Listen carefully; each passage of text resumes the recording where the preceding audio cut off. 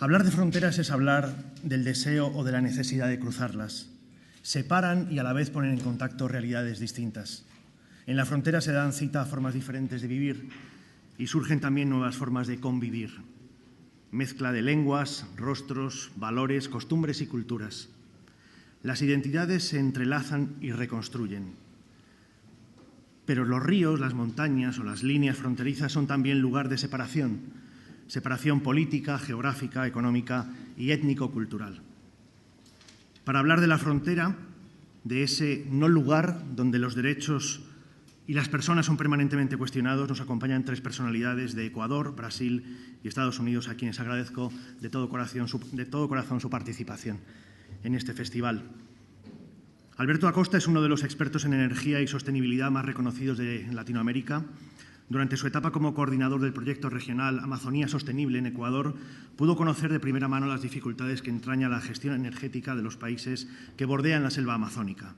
Además, ha desarrollado tareas como consultor de Naciones Unidas, UNICEF o CEPAL, y también es asesor de diversas organizaciones indígenas, sindicales y sociales.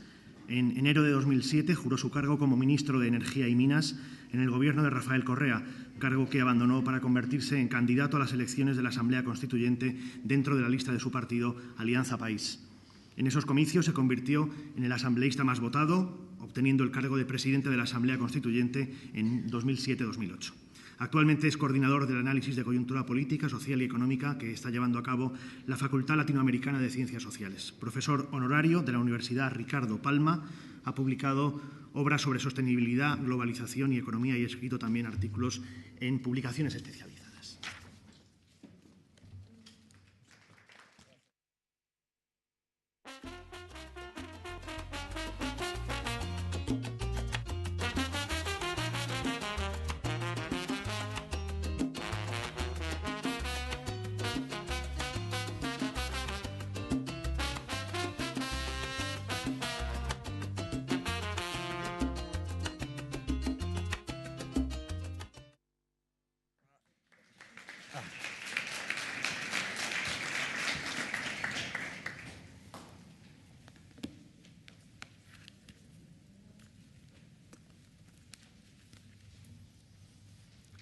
Muy buenas tardes a todas y a todos.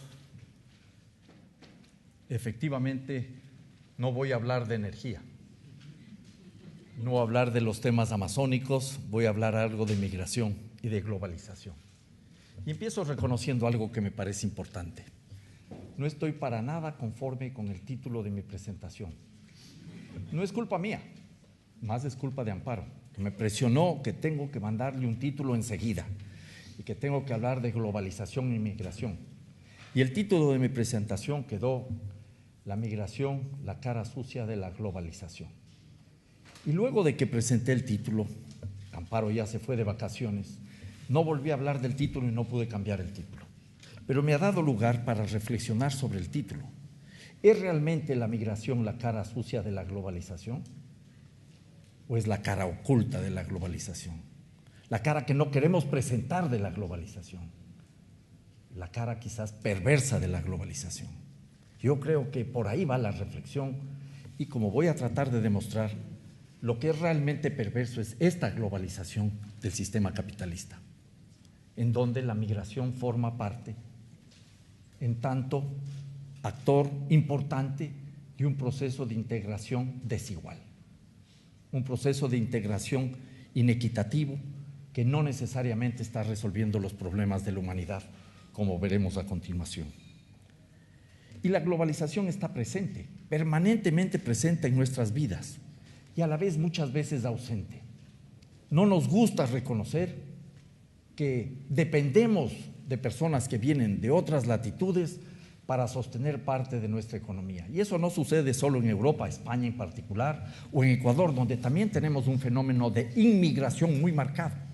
Hay países donde los procesos migratorios son de doble vía, emigración e inmigración. En Ecuador también se repiten muchas de las dificultades de los problemas que se viven acá en España. Los inmigrantes en Ecuador, sobre todo colombianos y peruanos, tienen situaciones complejas y difíciles, como tienen nuestros compatriotas aquí en Europa, en España en particular. La migración aparece una y otra vez en nuestras vidas a través de noticias dolorosas, complejas, que nos presentan los medios de comunicación. Esta mañana en el noticiero de Televisión Española escuchábamos, no sé cuántos de ustedes habrán oído, que se capturaron 2 pateras llenas de más de 50 personas que venían desde África. En este caso, menos mal, no eran personas que fallecieron o llegaron muertas a la costa española, sino que por el número, más de 50, ya parecía que era motivo de noticia, fueron recogidas en los medios de comunicación.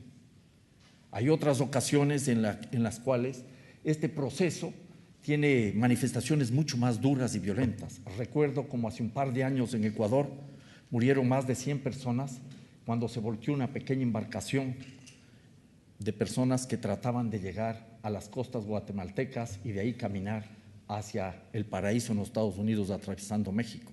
O lo que sucedió no hace mucho tiempo atrás, el 25 de agosto del año pasado, cuando en Tamaulipas se encontraron torturados, violentados, cuerpos de cerca exactamente 72 personas, 58 hombres, 14 mujeres, que morían a manos de la violencia organizada, de aquella banda criminal de los Zetas. Esa es también una expresión de la migración en esta globalización. Porque eso también tenemos que anotar. No solo es el tema de la gente que busca trabajo y en algunas ocasiones hasta tiene éxito, sino hay de gente que en el camino, en la frontera o en el proceso del tránsito pierden su vida. Y la explotación y la violencia en ese proceso de tránsito está permanentemente presente.